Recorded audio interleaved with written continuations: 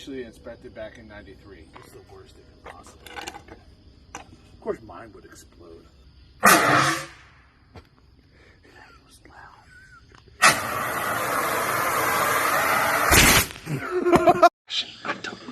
I don't think I did. How's it going, YouTube? So today we found this Jarret in my driveway taking his truck apart. Oh, you want to tell us a little bit about what you're doing here? Okay, so specifically that,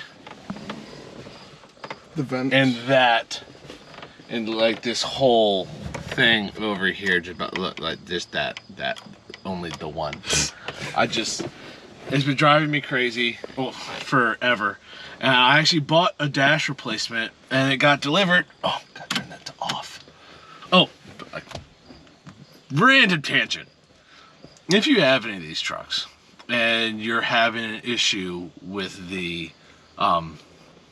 air conditioning system with the vacuum moving the air to the position that you want it to, fun fact, you're actually supposed to turn it to off when you turn off the truck. That way when you turn it on, it properly builds the vacuum before you try to move it to any position. Did not know that. Thought I had a vacuum leak. I tore out the glove box and this bottom panel here, trying to chase where the vacuum line leak was for approximately an hour and a half. Never found one. Yeah, then randomly saw that comment on there about, yeah, well, you're supposed to turn it off when you turn off the truck. I've been doing that and I haven't had a problem since. But yeah, we'll be swapping out this whole trim piece, to my understanding, on your truck. Trimming it down to fit the aftermarket radio and remounting this piece. Yeah, that's gonna move because I have a special mount really made just for the truck. It took me forever to find a company that made a really nice phone mount. Not even really nice phone, a nice phone mount. Well, it's really nice. I think it is. I don't know. I haven't installed it yet. I've had it for 2 months. I was waiting to do the dash because you have to take the dash off to do. Probably move this to the right down and redo some of the connections down here so I can get rid of those wire nuts because that also bothers me. As for taking out the dash, if you have this light module and it has this little notch down here, you can pry it out. If it does not have the notch, you have to pull out this dash and then unplug it. But since I have the notch, I think I'm going to figure out how to do this. There's my fat finger. There we go. You pull it out before that. Now I'm just trying to get this. I'm done. You know what? I can just. When I say it comes out like really easy, I mean it really just comes out easy. I may have to do. There's like the PowerPoint and the. Oh, okay. It just came right over it. The radio followed. That wasn't supposed to happen. You were supposed to be gentle. I was. Ooh, what's this? That's always on. So quacking, quack. Put a quack sound there. It's okay. No big deal. It's just supposed to come out easy, and it didn't. Well, that's why I make a video. It's just so you can watch me struggle while I do things the wrong way. Look at me. Does this look like the face of an intelligent human being? Yeah. Yeah, it's okay. There's nothing. Can you see? There should be a what? Connector for your power? We overcame that whole debacle by putting the truck into accessory, turning on the parking brake, and then shifting it into neutral, which pulled the joist or the shifter back enough that we could take the dash and pull it up and over the whole situation. Once it was out, we could get to the back, unplug the radio, unplug the 4-wheel drive switch, and the cigarette outlet. So that's what we're left with, which is getting a lot closer. We weren't able to get that trim piece out yet, but we figured once it's out of the truck, worst case, we can break the old dash because it's already trashed. Yeah, I don't need it. I really don't. Okay, so I guess next up we'll be swapping over all these to the new dash. Yeah, I think. Okay, Yeah. so we'll take it into the garage and have some fun with that. Yep. As we proceed through the fun times, this is the new one. We had to take out this centerpiece to get the radio. He's having fun. So much fun. It's not bad. This will be a quick one.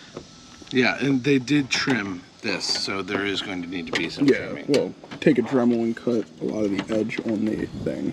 But we're going to compare it to the other one to kind of see how much they took off, because it looked decent, so try to match it.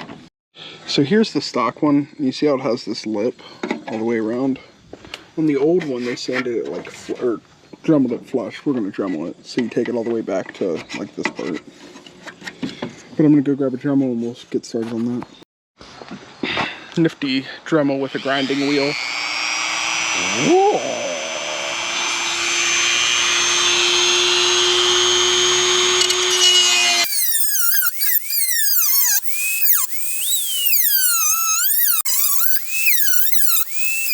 Got the grinding done. Why do I feel like all I ever do over here is huff shit I shouldn't?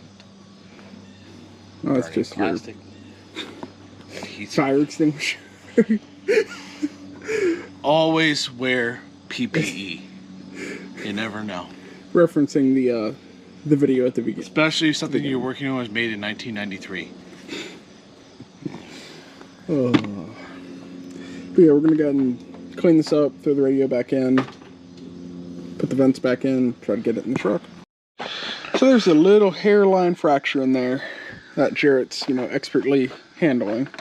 But we just have, probably from you before, maybe old plastic bonder.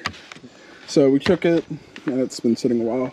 Shot way too much onto the old one. He mixed it up using a metal coat hanger that we used to try to jimmy up in the back of that 4Runner when we were putting parts in there earlier. And we're just going to go ahead and make sure that everything is extra strong, that we're not going to have to redo this in a couple months because of another crack. So once it sets in, it should be fine. It's got sticky tape. No, it's like I said, it looks stupid and it looks itty bitty and like there's no fucking point to it whatsoever. But there is. Oh, he's right. Yes. 7mm. So you don't think it was production magic? Though we did have a video earlier. Well, earlier. Maybe 200 days ago. I was doing something here and I was like, oh man, everything on the interior on a Ford, 7mm. That's the way the cookie crumbles, and that's the way. I like it.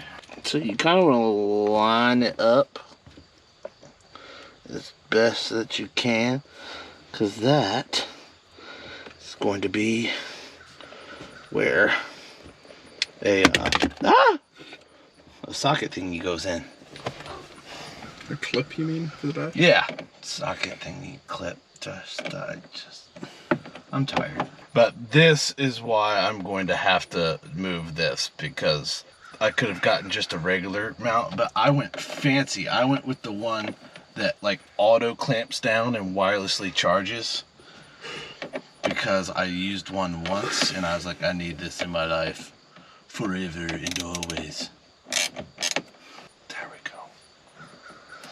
And just going to put the dash back in and be careful putting everything else in. So the only connector we had to do was this power port, because it connects from the back. So as you're putting it in, make sure you plug that in. Make sure you pull out your wires for your radio and your 4-wheel drive selector and the lights over there. Yep. But, lights and dimmer. Yeah. But now, so you see that sort of sticks out there, and then this ball goes on it. But I will say, I was genuinely happy to see something like this. They have a lot of older model cars that they make special little mounts and stuff for. Do you remember what brand put your it's coarse. Coarse. It's coarse, and I don't know where they came from, but I had looked for actually quite a while for a vehicle specific phone mounting system, and I wasn't able to find one for, I'd say, at least 6 months. And then just I randomly had an ad pop up, and I was like, oh, well, let's look and see.